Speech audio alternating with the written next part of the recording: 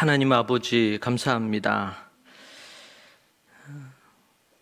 어린 귀한 딸들이 하나님 앞에 자신의 생각과 마음과 영혼의 변화가 어떻게 일어났는지 그 깨달음을 나눌 때에 하나님의 성령이 저들의 마음에 역사하신 줄로 믿습니다. 하나님께서 일하시고 하나님께서 역사하시고 이 마지막 때에 오직 거룩하고 순결한 하나님의 신부가 되어 주님 앞에 이 땅에서 마음껏 주님 사명 감당하다가 주님 품에 안길 수 있도록 도와주시고 소금과 빛이 되어 주의 사명을 감당하기에 부족함이 없는 모든 다음 세대들이 되게 하여 주옵소서.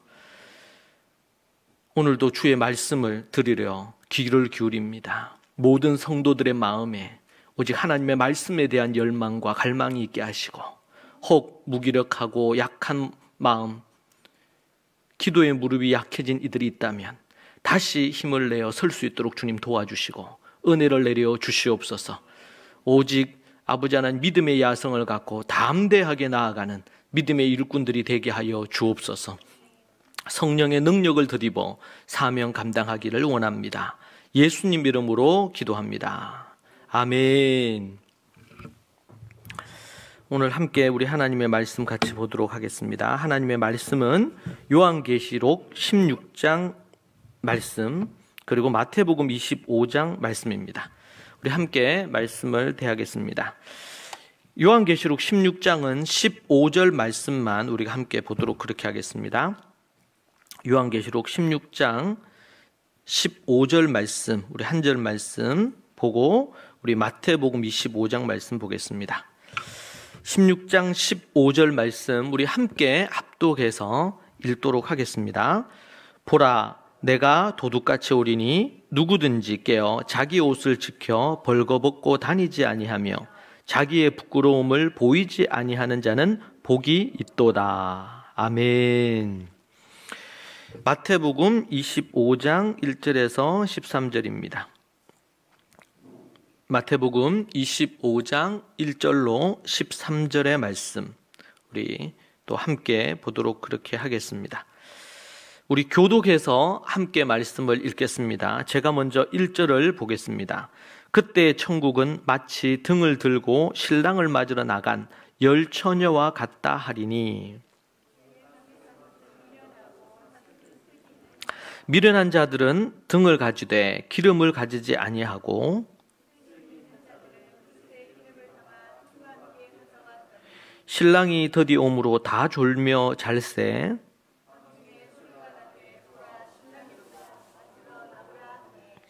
이에 그 처녀들이 다 일어나 등을 준비할세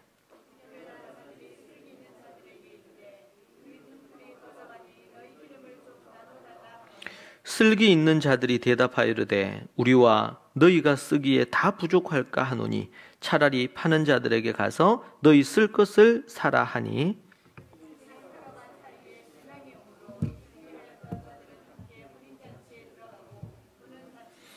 그 후에 남은 처녀들이 와서 이르되 주여 주여 우리에게 열어주소서.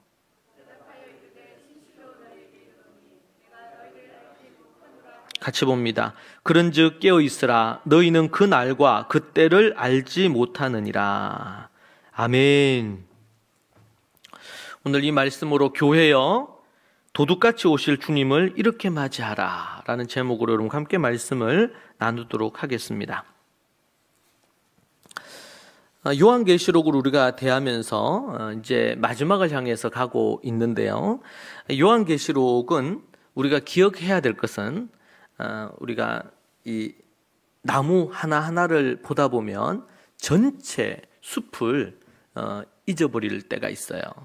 그런 의미에서 우리가 전체 숲을 보면서 나무 하나하나를 살피는 거 매우 중요한 부분이 될 것입니다. 우리는 이 요한계시록이 7 교회에 편지를 한 것이다. 그 7 교회는 소아시아에 있는 7 교회인데 그 7 교회를 지칭하기도 하고 또 모든 역사 이래로 등장하는 모든 교회를 향해서 지칭하기도 합니다. 그래서 그 교회를 향해서 하나님께서 주신, 사도 요한에게 계시하셔서 주신 마지막 때의 미래에 대한 하나님의 계획과 뜻을 말씀해 주는 책이다. 서신이다. 그렇게 볼 수 있겠습니다. 서신인데, 편지인데, 긴 편지인데, 이것이 편지라는 것을 알 수 있는 것이 바로 1장, 2장, 3장을 통해서 확인할 수 있죠. 이 편지를 받는 이들, 7별, 7촛대 이렇게 얘기하면서 7교회에게 이것을 쓴다고 얘기를 합니다. 그리고 4장부터 마지막 장까지 이어지는 내용이 편지라고 표현하기에는 조금 그러하지만 하나님의 계시를 담고 있는 그런 이야기, 때로는 이제 환상에 가까운 이야기, 이런 부분으로 하나님께서 얘기하고 형식으로 얘기하고 있다는 것을 우리는 발견하게 됩니다. 7교회에 편지 쓴 것을 제가 이제 2장, 3장을 설교를 하고 나서 쭉 이제 마지막까지 이렇게 달려가면서 느끼는 게 계속 계시록이 거듭되면 될수록 2장, 3장이 계속 떠오르는 거예요. 이 7교회에 칭찬하고 책망했던 부분이 있지 않습니까? 칭찬 들었던 교회, 책망 들었던 교회, 아니면 칭찬과 책망을 함께 들었던 교회 있는데, 그 교회에게 이 편지를 쓰고 있다는 거를 이제 뒷부분으로 가면 갈수록 더 많이 2장, 3장 7교회에게 예수님이 얘기하셨던 것이 더 기억나고 생각나는 거죠. 이게 너무 중요한 부분이에요. 여기서 우리는 7교회를 향해서 쓴 편지임을 잊지 말아야 됩니다. 우린 자칫 잘못하면 성경을 대할 때 개인에게 주시는 말씀이구나. 물론 개인에게 주시는 말씀입니다. 그러나 성경의 대부분은 개인이 아니고 교회를 향해 주시는 메시지. 구약은 이스라엘을 향해 주신 메시지.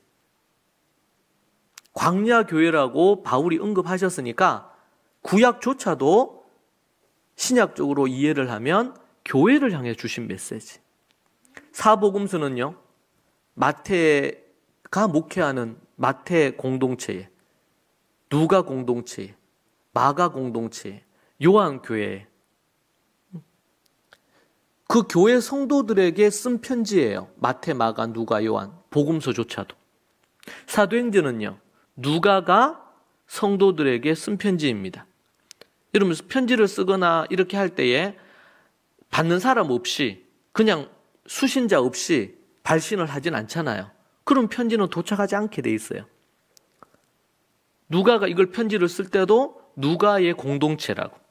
이제 신학자들은 이게 어느 교회인지, 고린도 교회, 빌립보 교회 이러면 딱 지명이 언급이 돼 있는데, 마태, 마가, 누가, 요한, 그리고 사도행전은 딱 그게 아주 명확하게 언급이 돼 있는 경우도 있지만, 그러나 좀 그렇지 않아요.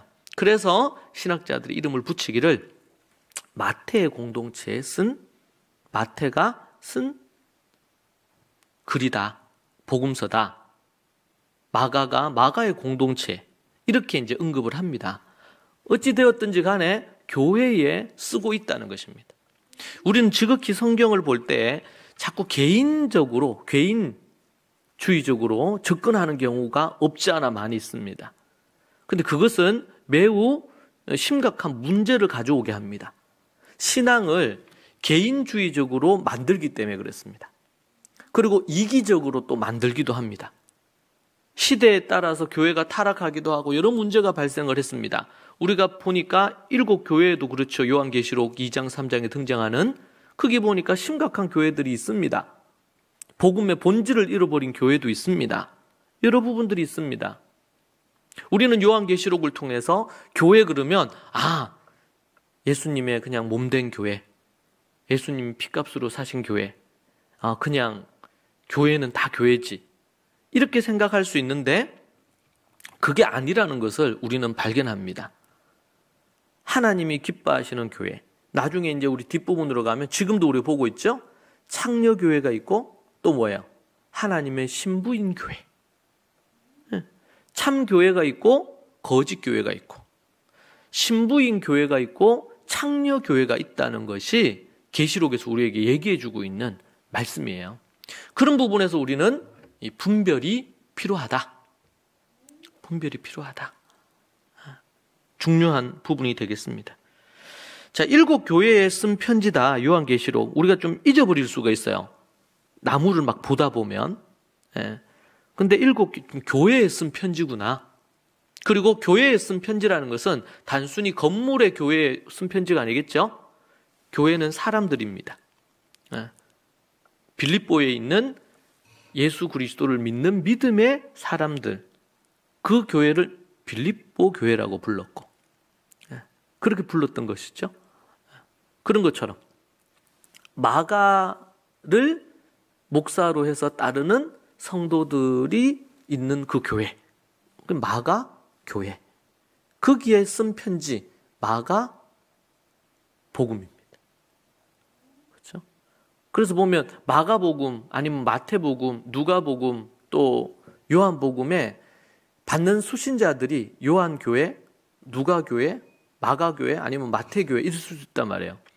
그러다 보니까 이 마가가 아니면은 마가 공동체에서 주로 사용되어지는 용어, 단어, 이런 표현들, 여러분 형제나 가족끼리라도 똑같은 표현을 하는데 다른 단어를 쓰기도 하죠. 그래서 보면 사복음서가 각각 다릅니다. 표현의 부분들이. 그래서 요한복음 같은 경우에는 우리가 받는 어떤 생명, 천국 이런 것을 영생이라고 주로 표현을 해요. 영생. 표현이. 그러니까 사람 저자마다 스타일이 다르고 글을 쓰는 표현력이 다르고 또 선택하는 단어가 다르듯이. 그래서 사복음서가 다 달라요. 똑같은 사건을 언급해도 조금씩 달라요. 그리고 특별히 더 요한과 나머지 마태, 마가, 누가는 더더욱 달라. 그래서 마태, 마가, 누가를 공간복음이다. 관점이 유사하다. 요한은 근데 좀 다른 거예요. 그렇게 얘기를 합니다. 자, 교회를 향한 하나님의 메시지다. 그래서 제가 오늘 제목을 교회여 이렇게 붙였어요. 교회여. 그냥 교회를라고 붙이지 않고 그냥 도둑같이 오실 주님을 이렇게 맞이하자. 이렇게 할 수도 있겠죠. 근데 교회여라고 이렇게 표현한 것 자체가 지금 사복음서뿐만 아니고 사도행전도 교회에 보낸 편지죠. 그리고 갈라디아서부터 고린도, 전후서, 에베소서, 빌립보서, 골로새서부터 해서 신약의 나머지 모든 책이 5권 뺀 나머지 22권이 교회에 보낸 편지입니다. 그 중에는 디모데후서 개인적인 편지도 있죠. 근데 이제 디모데 전후서는 디모데가 목사니까 에베소에서 목회하는 목사니까 목사가 어떻게 해야 될지를 얘기하는 거고, 빌레몬서 이런 거 같은 경우도 개인에게 쓴 편지입니다. 오네시모와 관련된 어떤 부분에 대한 거를 위해서 쓴 편지, 개인의 편지일 수는 있어요. 그죠? 그 책 정도는. 디도서, 이것도 어떻게 보면 디도 목사에게 쓴 바울의 편지라고 볼 수 있겠죠? 그런 부분에서 나머지 대부분이 다 교회에 쓴 편지다. 여러분, 우리는 이 시대가 시간이 지나면 지날수록 특별히 종교개혁이라는 이제 이름 아래에 이제 타락한 교회 중세 기독교가 이제 무너지고 새로운 하나님의 원하시는 교회가 등장을 했는데 이제 개신교회입니다. 우리는 잘 이해해야 돼요. 캐톨릭과 개신교는 다릅니다. 그러니까 이걸 명확하게 우리가 이해를 못하면 그냥 같은 줄 알아. 같은데 좀 다른 면모가 있는. 어떤 목사들과 신학자들은 그냥 천주교회 캐톨릭의 신부나 아니면은 거기 어떤 신학자들, 캐톨릭 신학자들 부분들, 저도 캐톨릭 신학자들이 쓴 책들이나 이런 걸 볼 때가 있습니다. 분별력을 보고 가지고 봐야 되겠죠. 그러나 그들 또한 그냥 똑같은 크리스찬이라고 이렇게 얘기하는 경우들이 종종 있는데 그렇게 보기에는 매우 위험합니다. 왜냐하면은 이제 이미 한 4, 50년 전부터 캐톨릭 신학에서는 예수 그리스도가 아니어도 구원의 길이 있다고 이미 표명을 했습니다. 그런데 개신교회가 갖는 가장 큰 거는요, 예수 그리스도로만 그리고 믿음으로만 구원 얻는다는 전제를 갖는 거거든요. 이게 부정이 되면 개신교회라고 얘기할 수가 없어요. 그런 부분에서 우리가 이 교회에 대한 이해를 생각을 해야 되고요. 시간이 지나면 지날수록 교회라 그러면 좀 이 시대 자체가 만들어내는, 생산내는 교회에 대한 이미지도 있겠지만 우리는 그런 부분에서 성경이 얘기하는 교회가 무엇인지, 그리고 교회에 지난주에 얘기한 것처럼 우리가 목숨을 다해 충성을 해야 되는데 이 시대의 교회 성도들이나 교회 다니는 사람들조차도 그런 문구 자체를 싫어해. 성경에 분명히 나와 있는 죽도록 충성하라. 이게 지금 요한계시록의 7교회에 나오는 메시지 아닙니까? 그런데 사람들은 마음에 거부감이 있어. 교회에 왜 충성해? 주님께 충성하면 되지. 우리가 교회에 왜 충성해? 하나님을 잘 섬기면 되지. 이런 식으로 이런 마인드가 있단 말이에요. 이런 분위기가. 그거는 적그리스도적인 접근입니다. 그러면은 예수님과 몸된 교회를 분리해야 되거든요. 교회의 머리가 예수 그리스도시고 몸이 교회인데, 바디가, 몸이 성도들을 연합한 교회인데 이걸 이제 분리해서 생각하면, 그리고 죽도록 충성하라는 그 본문의 말씀 자체가 우리 주님께 죽도록 충성하는 건 너무나 당연한 것이죠. 그리고 이 땅에 주님의 사명을 이룰 유일한 기관이 구약에서는 이스라엘을 중심으로 모든 열방에 대한 하나님의 메시지였다면 하나님께서는 이 이스라엘을 택하신 목적과 이유가, 아브라함을 택하신 목적과 이유가 이사야서 말씀해 보면 열방의 빛이 되어서 열방을, 신약으로 보니까 열방의 교회를 다 세우고 그 길을 진짜 유대인들로 이방인들을 만들어서 하나님의 나라의 일꾼으로, 그래서 더 이상 유대인, 이방인이라는 개념이 신약에서는 없어져요. 교회에서는 뭐야? 예수 그리스도를 주로 한 교회, 그리고 그리스도인, 그리고 성도라고 표현을 하죠. 신약에서 여러분 이스라엘 백성들 이렇게 주어를 갖고 설명하는 걸 여러분 보셨어요? 거의 없어요. 서신서를 다 보십시오. 성도들, 너희들.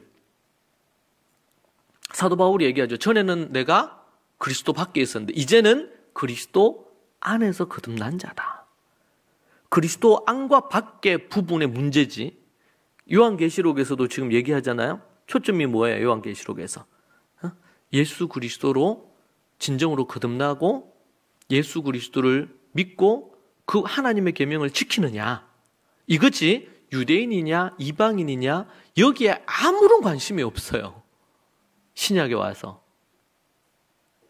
유대인과 이방인이 이제 하나가 돼서 한 몸을 이루어서 주님의 나라를 위해서 사명을 감당하고 거룩하고 정결하게 살아야 된다. 거룩한 신부가 돼야 된다. 앞부분에서 14만 4천 얘기하고 이런저런 얘기를 했지만 요한계시록에서는 지금 유대인들이 얼마나 구원받고 이방인이 얼마나 허다한 무리가 구원받는다 했는데 얼마나 구원받느냐 여기에 관심이 있는 게 아니에요. 진정으로 하나님의 백성들이 거듭나 주님 앞에 구원을 얻을 자들로 서느냐. 여러분 요한계시록 뒤로 가면 갈수록 여러분 유대인, 이방인이 어떻게 구원이, 여기에 아무런 초점이나 관심이 없잖아요. 오직 뭐예요? 교회예요. 오직 그 교회 안에 있는 성도들. 여기에 초점이 있어요. 하나님의 관심은 거기에 있어요. 나중에 우리 이제 뒤로 가면 갈수록 이제 지금부터도 나오지만 큰 성 바벨론 정리해 봅시다. 큰 성 바벨론, 첫 번째는 큰 성 바벨론이 누굽니까? 창녀, 음녀, 교회. 교회를 가리킵니다. 마지막 때 교회가 타락할 겁니다. 그런 현상은 이미 있죠. 유럽이 다 무너졌고 교회들이 타락했습니다. 더 이상 교회에서 하나님의 말씀이 전해지지 않습니다. 교회. 또 하나는요. 그 다음은 큰 성 바벨론, 정치 집단. 성경에서는 각 성, 왕과 왕이라고 표현했어. 왕들. 열왕, 다니엘서에도 나오고 요한계시록 나오죠. 열왕, 열불, 열왕. 왕들입니다. 왕들. 지금으로 얘기한다면, 현대로 얘기하면요, 대통령, 총리. 이제 저 아랍권 쪽에는 아직도 국왕이 있긴 있죠. 국왕. 이런 이들입니다. 정치 권력가들. 큰 성 바벨론입니다. 또 하나는요, 이제 마지막 등장하는 이 정치 권력가들과 야합하는 누구야? 경제인들. 성경에서 상인이라 나와요. 상인. 지금 1세기 기록되니까 왕이 등장하고 상인이 등장하는 거예요. 선지자가 등장하고. 근데 지금은요, 21세기잖아. 지금은요, 이 상인을 뭐라고 볼 수 있어요? 재벌, 사업가, 그죠? 국제적인 기업들. 그들이 이 정치 권력가들과 야합해가지고 함께 갑니다. 그리고 마지막까지 살아남는 이들이 이 정치 권력가와 상인들이에요. 이들이 함께 팀을 이루어가지고 그 전에 먼저 누구를? 교회를 이용해 먹는 거죠, 충분히. 근데 이 교회는 어떤 역할을 해요? 여러분, 교회가 갖는, 종교가 갖는 역할 중에 하나는요, 사람의 정신과 마음에 영향을 주는 겁니다. 근데 교회가 이제 그 역할을 제대로 못할 때 왜곡된 영적인, 정신적인 이런 분위기가 만들어지죠. 그러면서 이제 타락해요. 이제 종교가 갖는 나름대로의 의미는 이제 그런 의미가 있어요. 그러니까 종교 중에서 아주 더럽고 안 좋은 게 뭡니까? 샤머니즘. 귀신을 등에 업고, 일부 불교도 그렇죠. 영적인 세계 이용해가지고, 원래는 철학입니다. 불교 자체가. 그런데 이게 샤머니즘하고 짬뽕이 되다 보니까 유교의 샤머니즘화된 게 뭡니까? 제사입니다. 제사. 남존 여비 사상 이런 것들이 유교가 샤머니즘과 한국의 샤머니즘과 짬뽕되면서 나타나는 것 중에 하나가 제사제도예요. 원래 유교는 올바른 삶의 가치를 갖고 살아가는 삶의 부분이지 종교가 아니잖아요. 유교가 종교화되게 된 가장 큰 것 중에 하나는요, 중국에서도 하지 않는, 처음 시작을 했다가, 권력을 위해 시작을 했다가 버린 제사를 여전히 가지고 있다는 거예요. 근데 그게 한국에 토착화가 되면서 제사라는 것 자체가 부모를 공경하는 어떤 부분으로 오해를 하는데, 성경은 이 제사라는 것 자체가 귀신에게 절하는 것으로 그렇게 얘기를 명확하게 하고 있죠. 캐톨릭은 그거를 부정하고 타협해버렸어요. 타협하면 핍박은 없을 수는 있을지 몰라도 하나님으로부터 버림받습니다. 혼합주의잖아, 혼합주의. 자, 그런 부분으로 지금 있다는 사실을 우리가 기억을 해야 됩니다. 제가 이렇게 강조를 하는 것은 교회입니다. 교회. 우리가 이 교회라는 부분들을 놓쳐버리면, 잃어버리면 망하는 것입니다. 여러분, 이 교회 안에 중요한 게 뭘까요? 가정들입니다. 교회 안에서도 그냥 개인으로만이 아니고 가정입니다. 가정. 초대교회다 다 어디서 모였어? 가정에서 모였고, 로마서 16장에서도 사도 바울의 함께 팀으로 일했던 그진 27명, 8명에 가까운 제자들이 등장을 하죠. 그들은 각 도시마다 목사 역할을 하던 사람입니다. 목사 역할을 하던 사람들.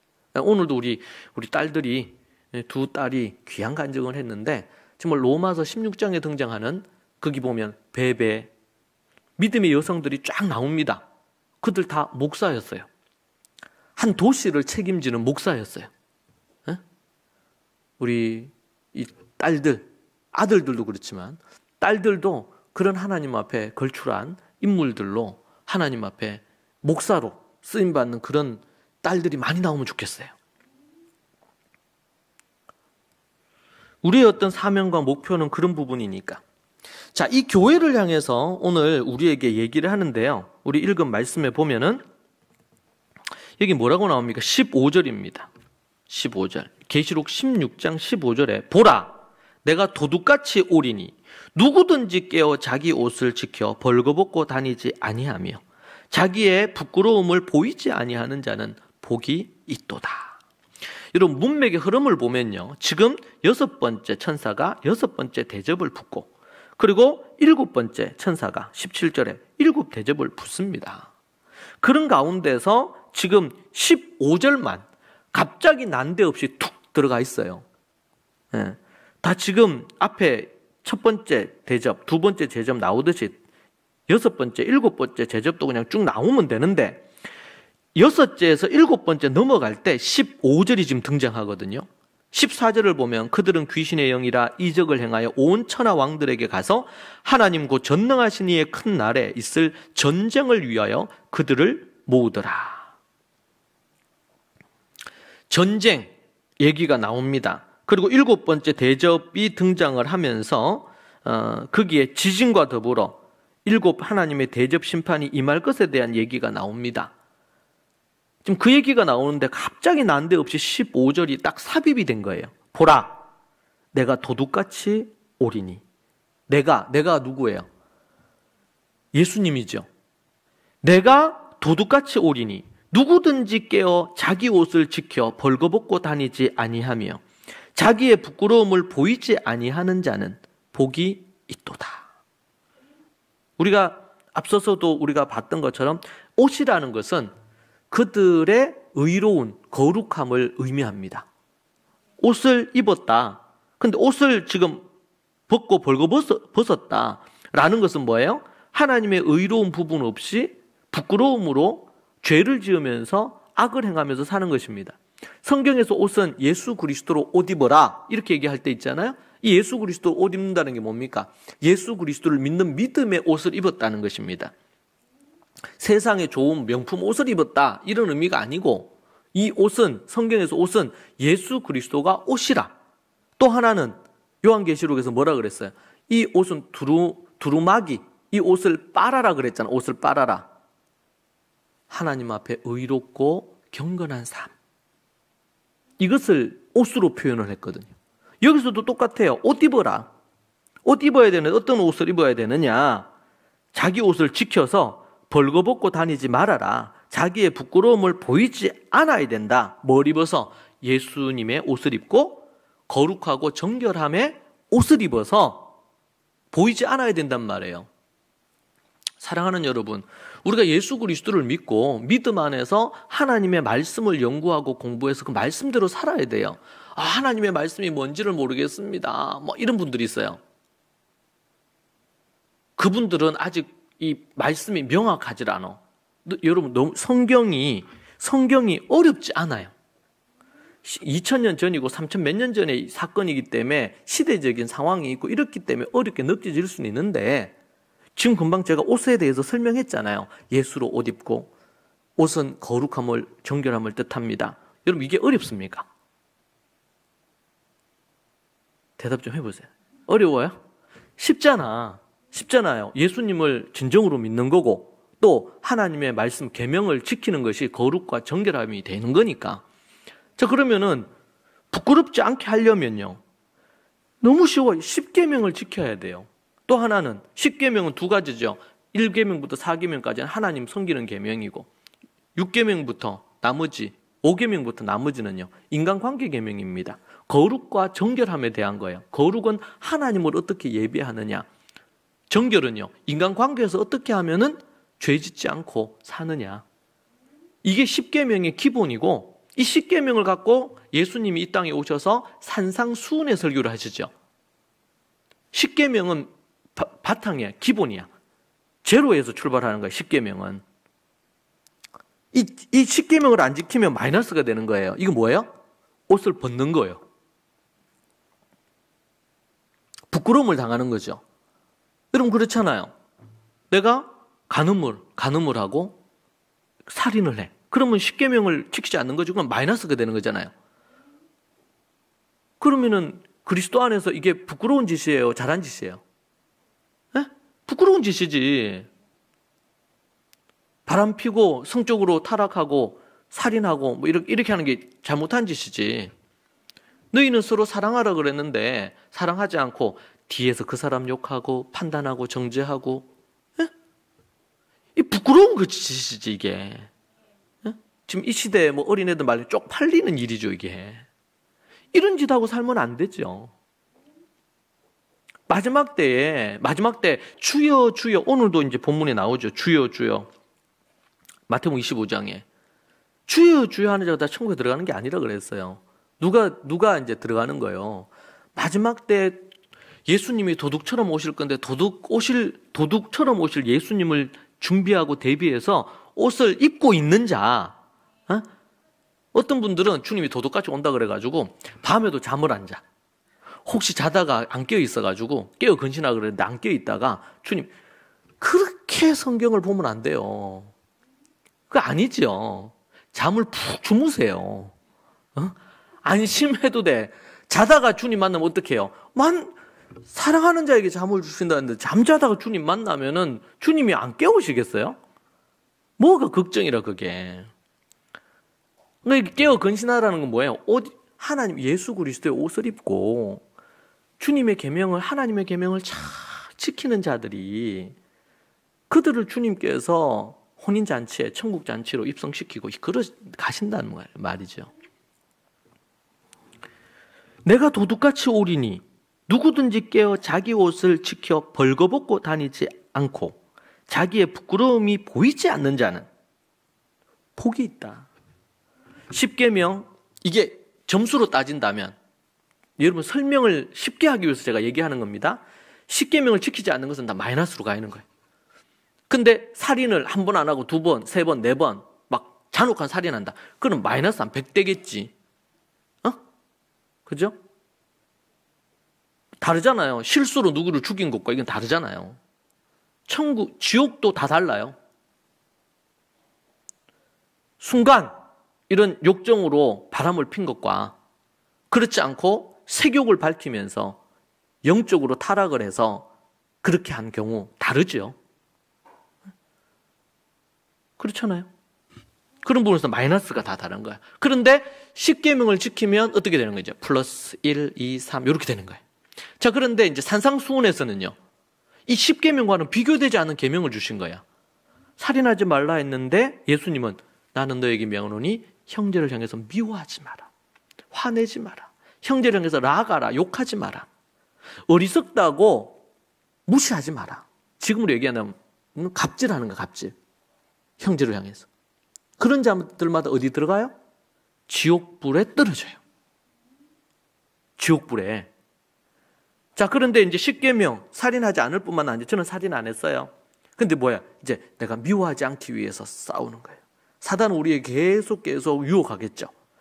미워하고 시기하고 욕하고 뒤에서 막. 근데 그거를, 선악과를 따먹지 않고 하나님 앞에 원수를 사랑하고 그들을 위해 축복하고 그들을 위해 기도하고 이러면서 하는 거예요. 그럼 어떻게 돼요? 플러스 10, 플러스 100도 되는 거죠. 영적으로. 그 하면 할수록. 우리가 표대를 향해서 막 달려간다. 그럴 때 그것이 우리의 표대예요. 이것이 이 표대에 있어서 예수님은요. 예수님 우리가 참 도달하기 어려운 위치에 있죠. 이 위치가 0에서 마이너스 있고 이렇게 한다면 여기 마이너스에서는요. 제일 끝이 뭐예요? 사탄, 마귀 새끼죠. 이거는 계산하기 어려워요. 우리 아라비아 숫자로 설명하기 어려운 거예요. 예수님도 그렇죠. 여러분, 성령의 충만함을 받으라 그랬어요. 오늘은 내가 플러스 10이었는데 계속 플러스 10에서 유지가 되나요? 시간이 지나면서 더 올라갈 수도 있죠. 그런데 성령이 충만하지 않으면 어떻게 될까요? 떨어지겠죠. 떨어지겠죠. 십계명도 제대로 못 지켜. 미워하는 거 이게 아니라 살기를 가지고 이럴 수 있잖아요. 그렇죠? 여자를 보고 음욕만 품으면 이거 간음하는 거라 그랬는데 이거 하나님 앞에 깨어 근신하면서 그렇지 않으려고 남자와 여자를 보면서 하나님 앞에 회개하면서 그렇게 가야 되는데 그렇게 할 때는 성령이 충만할 때예요. 성령이 충만하면 오직 말씀과 기도밖에 없어요. 이게 성경 뭐가 어려워요? 쉽지. 그냥 하나님의 말씀을 지키면 돼요. 뭘 지키면 돼요? 계명을 지키면 돼요. 예수 그리스도를 믿는 믿음과 우리 하나님이 주신 계명, 십계명, 산상수훈 계명, 세계명 지켜 행해야 되죠. 이단들은요.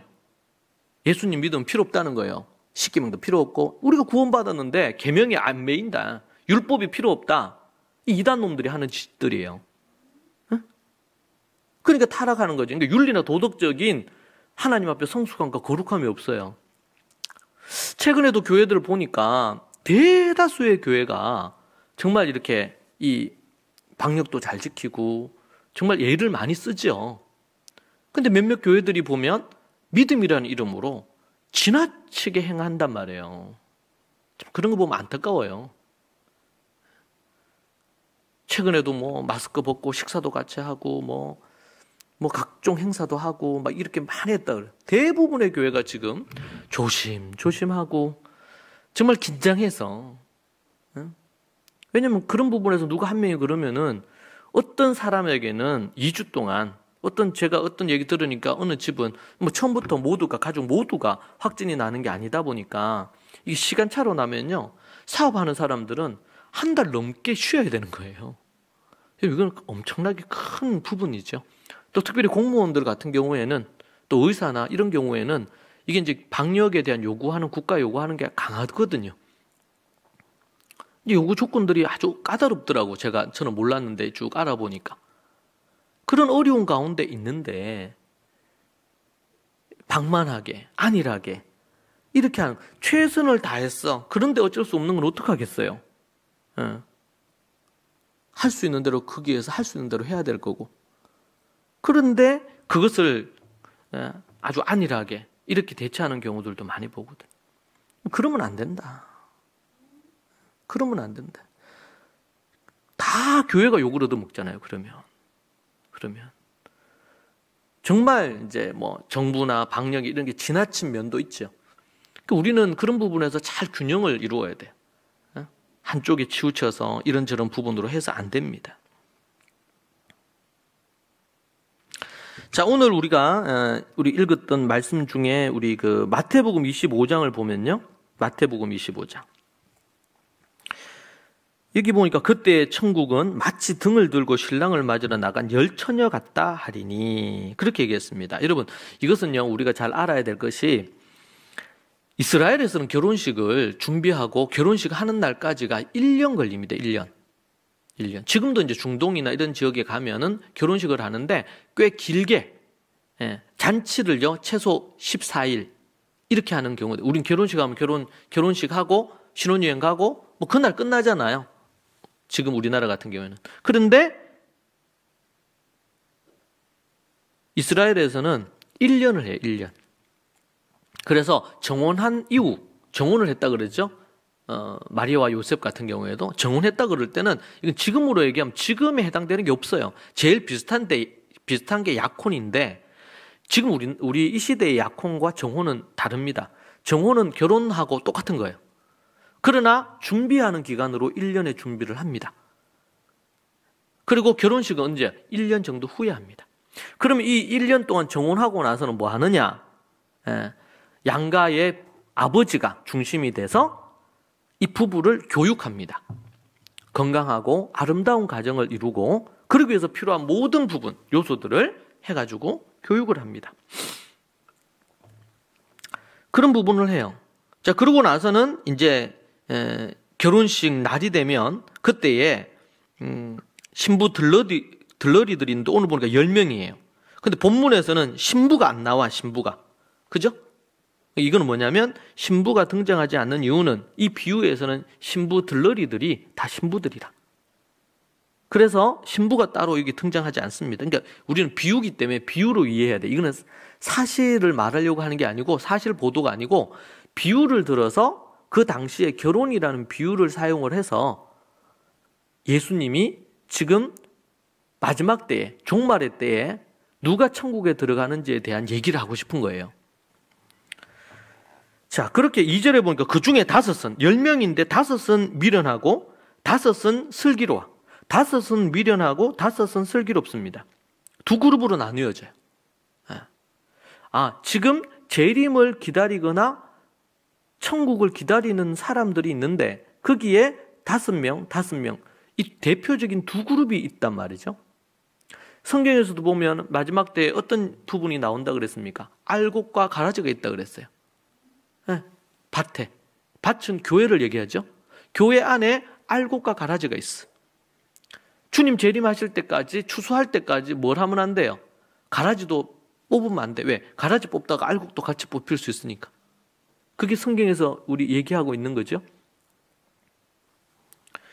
알곡과 가라지처럼 지금 5 어리석은 처녀, 5 준비된 처녀들이 있단 말이에요. 슬기로운 처녀라고 그렇게 얘기를 해놨는데요. 이 어리석다는 것은 생각이 없다, 바보스럽다, 뭐 이런 뜻입니다. 슬기롭다는 것은 생각이 깊다, 조심성이 있다, 빈틈없이 뭔가를 잘 준비한다, 지혜롭다, 이런 의미를 갖고 있거든요. 이 부분이 딱 대조를 시켜주고 있어요. 성경에서는 이런 대조적인 부분들을 우리에게 보여줍니다. 3절에 보니까 미련한 자들은 등을 가지되 기름을 가지지 않았다. 자, 미련한 자들, 이 어리석은 자들의 특징이 나오는데, 이 처녀들이 5 처녀가 등은 갖고 있는데 뭐가 없어요? 기름이 없어요. 이 초점은 기름에 있어요. 기름. 4절에서 슬기 있는 자들은요, 슬기 있는 5 처녀는 그릇에 기름을 담아서 등과 함께 가고, 등도 있고 기름도 있고, 어리석은 미련한 처녀는 등만 갖고 있지 기름이 없다. 이 초점은 기름이 없다는 겁니다. 자, 그래서 학자들이 이 기름이 뭘까 연구를 많이 했어요. 그러니까 이스라엘의 배경에서는 기름은 성령님을 의미합니다. 기름을 바른다 이렇게 얘기할 때도 하나님의 영이 충만히 임한다, 이런 의미를 갖고 있는 거거든요. 성령의 기름을 부으소서, 이런 찬양이 있잖아요. 그 말은 뭐냐면 하나님의 성령의 능력을 우리 가운데 성령으로 충만하게 해주십시오, 이런 의미예요. 어려운 부분이 아닙니다. 이스라엘에서는 그런 부분, 그래서 보면 다윗을 왕으로 세울 때도 뭐였어요? 기름을 바르죠. 그러니까 하나님의 영이 그에게 임하셔서, 성령이 그에게 임하시니까 예언도 하고 담대해지고 뭐 이런 역사들이 일어나는 거예요. 자, 그래서 이 기름은 성령을 상징한다 라고 얘기하고 있고요. 이 성경에서 데살로니가 전서 5장 19절 성령을 소멸치 말라. 성령은 소멸될 수도 있고, 또 에베소서 5장 18절은 성령의 충만함을 받으라 이렇게 얘기하거든요. 성령이 약해질 수도 있고 강해질 수도 있고, 내가 강해지면 성령은 약해지시고, 성령이 약해진단 말이에요. 성령이 빈약해져. 성령이 충만한 것과 부족한 것, 모자라는 것. 성령의 소멸은 뭐냐면 성령 자체가 없어져 버리는 거예요. 성령님이 안 계신 것 같아. 사람이 막 분노를 내고 화를 내고 불안해하고 염려가 가득 차고 이렇게 하면 뭐예요? 그 마음에 사단이 역사하는 거죠. 그때 뭐가 사라져요? 성령님이 사라져요. 성령님이 줄어들다가 물통에 물이 있으면 물이 줄어들다가 마지막 바닥을 보이는 상황, 소멸 상태. 그래서 뭐라 그래요? 성령의 충만함을 받으라. 이 원어에 보니까 뭐야? 그것은 계속 진행해. 매일매일 충만함을 받아야 되는 거예요. 매일매일 성령의 충만함이 필요해요. 이 말은 다르게 표현하면요, 어떻게 해야지 우리가 거룩해질 수 있어요? 뭘로? 말씀과 성령으로만, 말씀과 기도로만. 성령님과 소통하는 방법이 뭐냐면 기도거든요. 영의. 그러니까 이 샤머니즘은요, 이게 타락한 영의 활동이에요. 마귀, 사탄의 영의 활동이잖아요.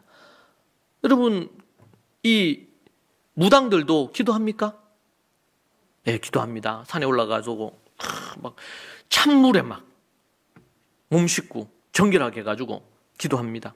네? 무당이 작두를 타려면 기도해서, 소위 말해서 악한 어둠의 영에 사탄의 영발을 쫙 받아야지 이게 작두도 타고 예언도 하고 하는 거거든. 영의 세계이기 때문에 그렇습니다. 그래서 뭐 합니까? 기도합니다. 기도하는 거예요. 영의 세계라 그래요. 근데 이 무당들과 이런 것들은 기도를 하는데 누구한테 기도하냐면 자기들도 모르고 기도하기도 하죠. 사탄, 마귀에게 기도합니다.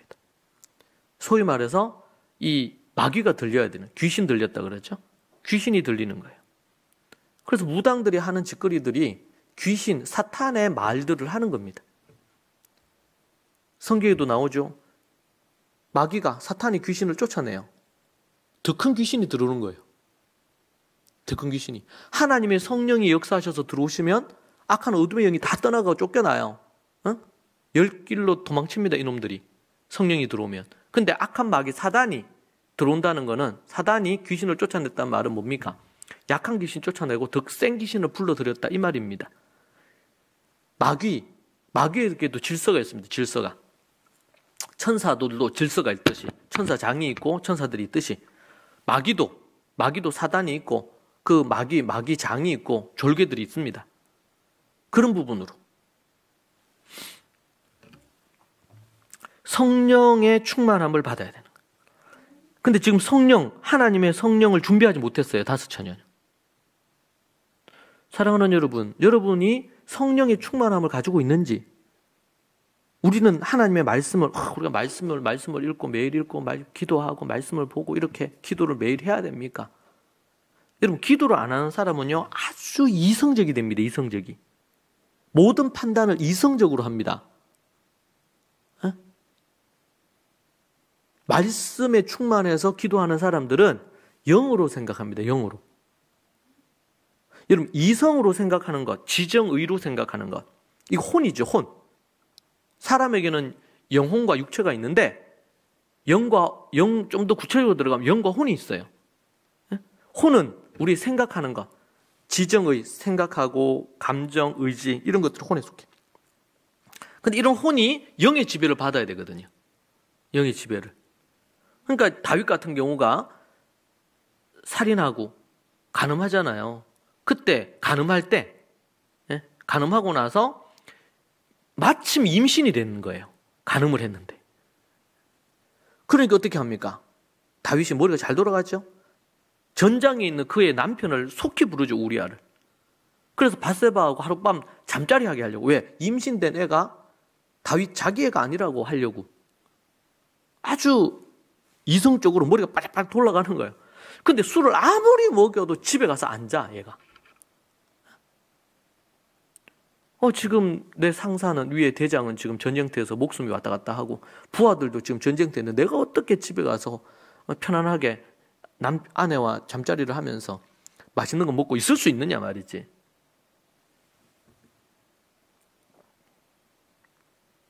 다윗이 혼의 지배를 받으면서 그렇게 하려고 했는데 어떻게 안 됐어요. 그러니까 어떻게 합니까? 편지를 써가지고 아주 적진으로 들어가서 함께 들어갔다가 우리아 만나 또 나오라는 거예요. 그러고 나서는 다 입을 짜맞춰요. 예? 군대 장군인 아합이 그 부하를 시켜가지고 보내면서 전쟁과 관련된 거. 그래서 우리아가 죽었다고 이 얘기하는 걸 보내면서 그렇게 얘기할 때 어떻게 합니까? 정말 그 나무 주연상 받을 감으로 연기를 하죠. 다윗이.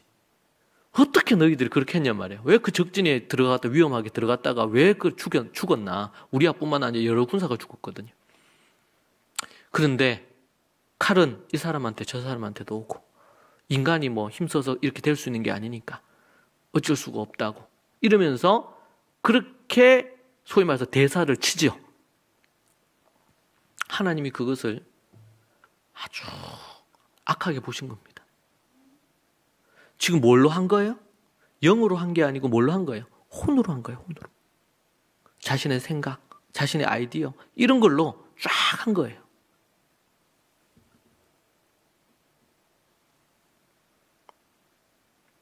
그리고는 아주 양심이 굳어져서 아무 일 없었던 것처럼. 참으로 안타깝죠. 여러분, 우리가 크리스찬들이 이렇게 혼으로 살 수 있어요. 그렇죠? 아주 이성적으로 아니면 아주 감성적으로 인간의 아주 강한 의지를 갖고 어떤 그 결단도 하고 막 이렇게 잘하는 사람들이 있거든요. 계획대로 뭔가를 철저하게 해내고. 그런데 영이 약하면 아주 이성적이고 감성적이고 의지적인 인간이 되는 거지 영적인 인간은 안 되는 거예요. 다니엘 같은 게 얼마나 이 지정의가 강했습니까? 의지가 강하고 10대 때부터 하나님의 뜻을 정해서 강하고 하나님의 말씀에 대한 이런 지적인 능력도 탁월하고. 그런데 그가 어떤 사람이었다? 기도의 사람이었다. 기도하는 사람의 이면서 이 지정의가 혼이 작동을 해야 되거든요. 작동을. 그러니까 자칫 잘못하면 크리스찬들이요, 믿음으로 영적으로 뭔가를 한다고 이렇게 얘기하면서 지혜롭지 못한 경우들이 있을 수 있어요. 앞에서 얘기한 그것도 그런 상황이죠. 지금 방역 상황에서. 에? 그런 것도 거기에 속해요. 믿음으로 한다고 해나가면서 이성적인 것이 마비가 되는 거예요. 여러분, 믿음으로 영적으로 한다고 해서 생각하는 거, 감성적인 거, 의지적인 거 무시해도 된다는 게 아니에요. 이게 완성이 돼야 되는 거지. 하나가 같이 돼야 되는 거죠. 그런데 이 혼이 영을 눌러버리면 이 혼은 사탄의 도구가 되는 거예요. 생각이 사탄의 도구가 되고 감정이 사탄의 도구가 돼요. 그러니까 뭐가? 하나님의 말씀에, 하나님의 성령으로 충만해야 이 지정의가 제대로 작동을 한단 말이죠. 기름을 준비하지 않았네요. 5절에 신랑이 더디 오므로, 그 당시에는 결혼하는 그 당일날 신랑이 더디 오는, 늦게 오는 경우들이 많았다고 합니다. 이 말은 뭡니까? 재림이 늦어지는 거예요. 신랑 대신 예수님이 지금 즉시 오신다고 그랬는데 2000년이 지났잖아요. 그러니까 교회들마다 대부분이 뭐예요? 재림은 생각도 안 해요. 재림 예수, 이단들이나 하는 짓이지. 도리어 이단들이 더 재림 얘기를 많이 해. 응? 주님 오신다, 막 이런 얘기를 많이 해. 왜? 기존 교회가 안 하니까. 기존 교회가 재림 얘기 안 하고 배불리고 먹고 마시고 부요하고 일곱 교회처럼 타락해 가는 거예요. 재림에 관심이 없어. 혹 우리도 그러지 않았었나요? 주님 재림 고대하거나 생각 별로 안 했잖아요, 많이. 우리 그거 회개해야 돼요. 요한계시록 보면서 우리가 주님 정말 오시는구나. 지금 일곱 교회에 요한계시록을 쓴 이유가 뭡니까? 우리가 지금 계속 숲을 봤는데 그러니까 나무를 봤는데 전체 숲을 봅시다. 일곱 교회에 편지 쓴 거 요한계시록이잖아요. 왜 편지 썼어요? 왜 편지 썼을까요? 일곱 교회에. 깨어있게 하려고. 또 예수님이 반드시 재림하신다. 그죠? 이거 명확한 사실이죠. 반드시 재림하시는데 그때 깨어있어라. 또 마지막 때에 나팔 재앙 심판으로 이 땅은 가루처럼 완전히 산산조각 납니다. 여러분, 우리가 보고 있는 이 모든 것들, 지구에 있는 모든 것들 다 무너지고 다, 왜? 새하늘, 새 땅이 임할 것입니다. 천국은. 모든 것들이 다 없어져요. 이것이 완성이 될 수는 있어요. 우리가 부활체로 거듭나듯이, 새로워지듯이 이 땅의 하늘과 땅과 나무와 이 모든 것들이 새로워질 수는 있어. 그러나 기존에 있던 모든 것들은 어떻게 돼요? 다 파멸해요.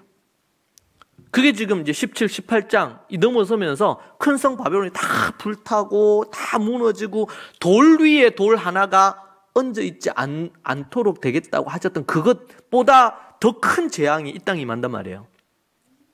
다 무너지는 거예요. 하나님의 재앙이 임하여 이 땅에 진정으로 믿는 참 신자들은, 신부들은 혼인잔치에 들어가고, 그렇지 않는 자들은 다 죽고 지옥불에 떨어진다. 이것이 요한계시록의 메시지죠. 일곱 교회 너희들 정신 차려서 깨어 근신하고 미지근한 신앙 버리고, 그리고 영지주의나 이단들 이런 부분들에 대해서 현혹되지 말고 처음 사랑을 지키고, 이런 부분으로 일곱 교회에 다 얘기를 했잖아요. 왜 얘기했어요? 우리 주님 재림하신다. 재림 때에 심판이 있다. 그러나 진정으로 거듭나고 하나님의 앞에 예수님을 믿고 하나님 계명 지키는 자들은 하나님께서 천국에 입성시키시고 함께 다스리게 될 것이다. 요한계시록 한마디로 얘기하면 이렇게 얘기할 수 있지 않겠습니까? 이제 세밀하게 들어가면 이제 인심판, 구체적으로 어떤 역사 속에 어떤 일이 일어날지에 대해서 자세하게 예언해 주셨잖아요.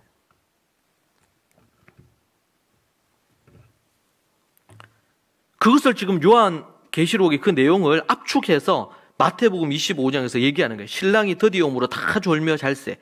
밤중에 소리가 나되 보라 신랑이로다 맞으러 나오라 하매 이에 처녀들이 다 일어나 등을 준비할세. 미련한 자들이 슬기 있는 자들에게, 그때까지만 해도 저녁이 되기 전에 가서 기름을 사올 수 있었는데 안 하다가 게으르고 나태하고 딴짓하고 다른 데 관심 갖고 등만 들고 있으면은 될 줄 알고, 지금으로 얘기하면 교회만 나오면 천국 갈 줄 알고, 주여 주여 하면 천국 갈 줄 알고 등 하나 들고 있었단 말이에요. 그런데 신랑이 왔는데 불을 켜야 되잖아요. 밤이 됐으니까. 그런데 불을 켜려니까 등은 있는데 기름은 없는 거죠. 기름이. 그러니까 뭐 했어요? 지혜로운 처녀, 슬기로운 처녀에게 우리 기름 좀 나눠달라. 우리 쓰기에도 부족할 수 있으니까 가서 빨리 기름을 가져와라. 이렇게 한 거예요. 그런데 지금 예수님이 재림해서, 지금 재림이 임박해서 이런 상황이 됐을 때, 이미 재림해서 그 상황이 됐을 때는 기름 준비 못 한단 말이에요.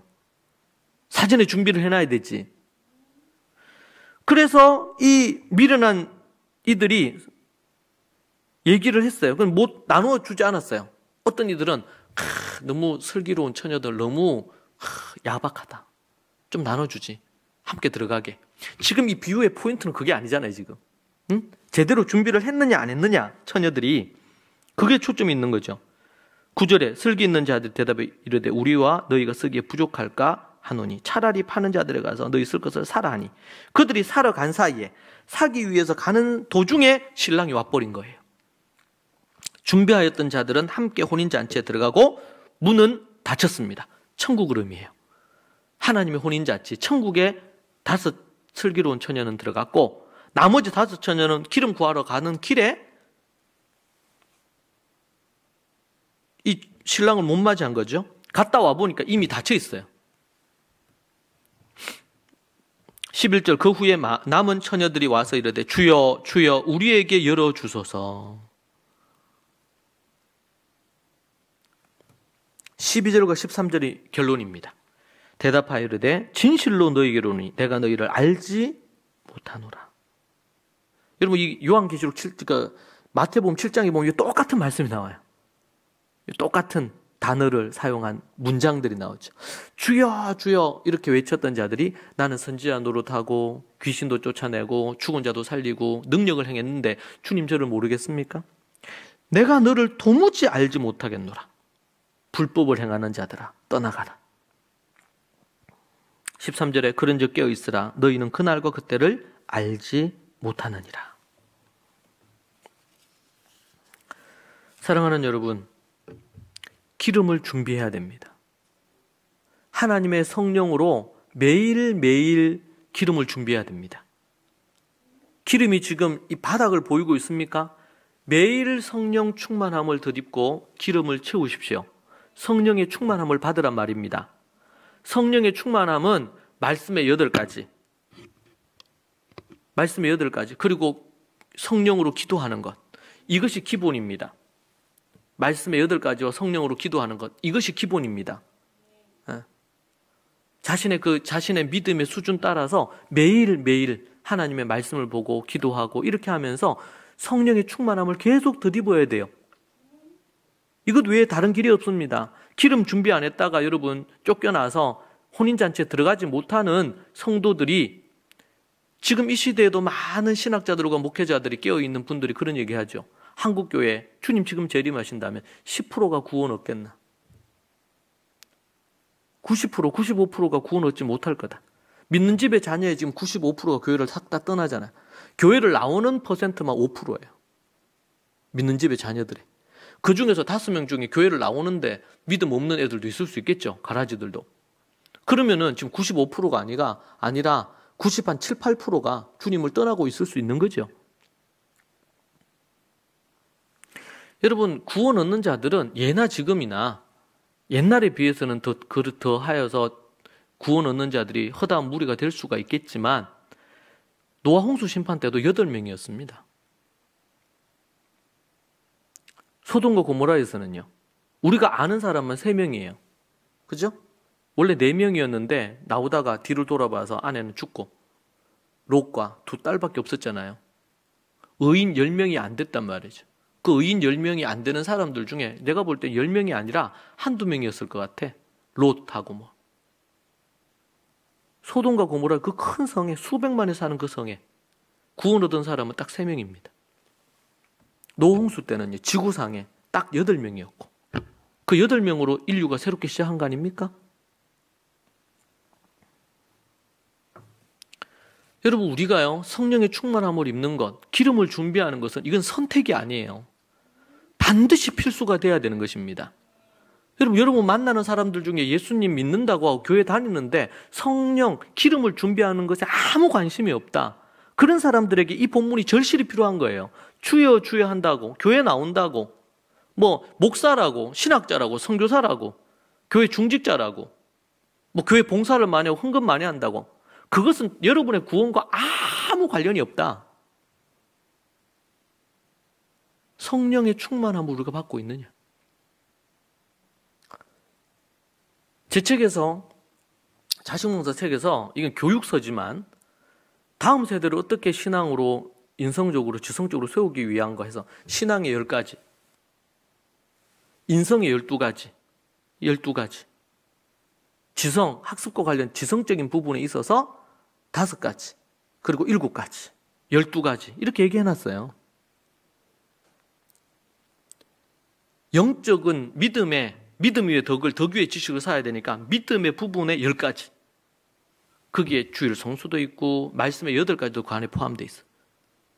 그렇죠? 복음에 대해서도. 요번에 지금 캠프하면서도 복음만 제가 4시간 설교했어요. 4시간. 복음이 뭐냐? 복음의 6가지를 갖고. 왜 이게 명확하지 않으면은 구원이 없잖아요.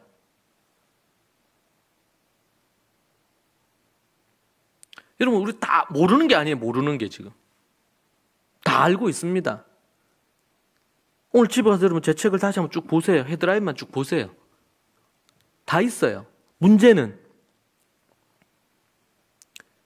결단을 해서 해야지. 결단을 해서. 성령의 충만함을 받으십시오. 기름을 등에 채우세요. 주님이 뭐 언제 오실까 안일하게 살면 안 된단 말이에요. 오늘 오실 수도 있어요. 오늘 예배 끝나고 나서 오실 수도 있고, 내일 오실 수도 있고, 이번 주 안으로 오실 수도 있어요. 저는 이번에 이 15절을 읽으면서, 계시록 16장 15절 읽으면서 너무나 강렬하게 저에게 왔어요. 아, 주님 내일 오실 수도 있겠구나. 왜? 도둑처럼 오신다 그랬으니까. 예고 없이. 이미 지금은 오셔도 무방해. 여러분, 우리가 계시록에서 하나님이 이렇게 될 거다 미래 얘기를 해주셨지만 예수님 오시는 거는 하나님 마음 아니겠어요? 이렇게 딱 맞춰서 여기 딱 맞춰 요때만 오셔야 된다 이런 게 아니에요. 지금 이후로는 주님이 언제 오셔도 무방하고 오시는 거는 하나님 마음이에요. 우리가 뭐 요때 오셔야 된다, 어느 때 오시 이렇게 우리가 얘기할 수 있는 게 아니에요. 전혀. 오늘 밤에 오실 수도 있습니다. 그런데 기름이 준비 안 돼 있으면 못 들어갑니다. 내가 예수님 믿는데요, 내가 주님 하면서, 아니면 내가 많은 사람 전도도 했는데요, 내가 사명 감당했는데요, 내가 말씀 전수로 가정에서 자녀들을 이렇게 했는데요, 진짜 기름이 준비됐냐 말이에요. 주님을 고대하고 있느냐 말이지. 사랑하는 우리 믿음의 성도들이 날마다 깨어있기를 원합니다. 성령 충만하기를 원합니다. 그래서 주님 지금 오셔도 내가 부끄럽지 않게 내가 왔다. 내가 오늘 부끄럽지 않게 살았다. 내 인생 부끄럽지 않게 살았다. 2021년 내가 하나님 앞에 최선을 다했다. 주님이 명령하신 거룩한 삶을 살고 하나님 앞에 예배하고 나아가는 거, 거룩한 정결한 삶 살고 하나님 앞에 십계명과 산상수훈의 부분, 그리고 거룩한 사명, 복음 전하고 제자 삼고 이렇게 하는 일에 내가 최선을 다했다. 여러분, 올해에 여러분을 통해서 최소한 1명 이상 제자가 되고 그들이 침례를 받을 수 있는 준비가 되고 그들에게 하나님의 말씀을 가르치는 그런 사람이 최소한 1명은 있어야 되지 않겠어요? 최소한 1년에 1명은 여러분들이 제자 삼아야 더 많아야 되겠지만 최소 1명 외에는 빵명밖에 없잖아. 1명인데 이제 1명은 거룩한 삶, 정결한 삶, 거룩한 사명. 이것이 하나님 앞에서 우리가 존재하는 이유입니다. 존재하는 이유. 예수 그리스도를 닮아가고 예수 그리스도가 하신 일을 하는 거죠. 12사도가 그렇게 사셨고 사도 바울이 그렇게 사셨고 디모데가 그렇게 사셨고, 여러분 우리가 그렇게 살아야 안 되겠어요? 몸된 교회에서 우리가 하나가 돼서 한 팀이 돼서 오직 하나님의 나라의 사명을 감당하는, 그리고 거룩하고 또 정결한 하나님의 신부가 돼서 오늘 말씀처럼 11절에 그 후에 남은 처녀들이 와서 이르되 주여 주여 우리에게 열어주소서. 문 앞에서 얼마나 소리 지르면서 열어달라고 외쳤겠어요. 노아 홍수 때 문이 닫히고 폭우가 쏟아질 때 그들이 노아 방주 앞에 와서 문을 두드렸단 말이에요. 열어달라고. 한 번 닫힌 문 안 열립니다. 닫히기 전까지는 무한한 기회가 있었지만 닫혀버리고 나면 더 이상의 기회가 없어요. 아무리 주여 주여 외쳐도 소용이 없습니다. 대답하이르 진실로 너희에게로 내가 너희를 알지 못하노라 하였느니라. 그런즉 깨어있으라. 너희는 그 날과 그 때를 알지 못한다. 언제 오실지 모르지만 깨어 근신하는 저와 여러분이 되기를 축복합니다. 기도하겠습니다. 살아계신 하나님 아버지 감사합니다. 이 마지막 때에 이 교회가 얼마나 중요한지 다시 한번 말씀을 통해서 생각합니다. 개인주의화된 신앙의 모든 것들이 벗어지게 주님 도와주옵소서. 악한 마귀 사단이 신앙의 개인화를 왜곡시킨 이 모든 악한 마귀 사단의 괴계가 끊어지게 하여 주시옵소서. 예수 이름으로 명하노니 끊어질지어다. 오직 그리스도 안에서 예수의 피로 하나 되어 몸된 교회를 이루어 하나님의 사명과 거룩한 삶, 정결한 삶 살 수 있도록 주님 도와주시옵소서. 아버지 하나님 깨어 근신하며 믿음으로 나아가 기름을 준비하여 성령 충만함으로 거룩하고 정결한 삶 살고 거룩한 사명 감당하여 주님 앞에 착하고 충성되다 칭찬 들을 수 있도록 우리 가운데 한 명도 잔치자리에 들어오지 못하는 이가 없게 하여 주시옵소서. 오직 착하고 충성되다 칭찬 듣고 열고울을 다스릴 수 있는 능력의 종들이 모두 다 되게 하여 주옵소서. 우리 사랑하는 자녀들이 이 시대에 마지막 때에 정말 하나님 앞에 쓰임받는 충성스러운 남녀 종들이 되고 로마서 16장의 믿음의 거장들이 되게 하여 주시옵소서. 예수님 이름으로 기도합니다. 아멘.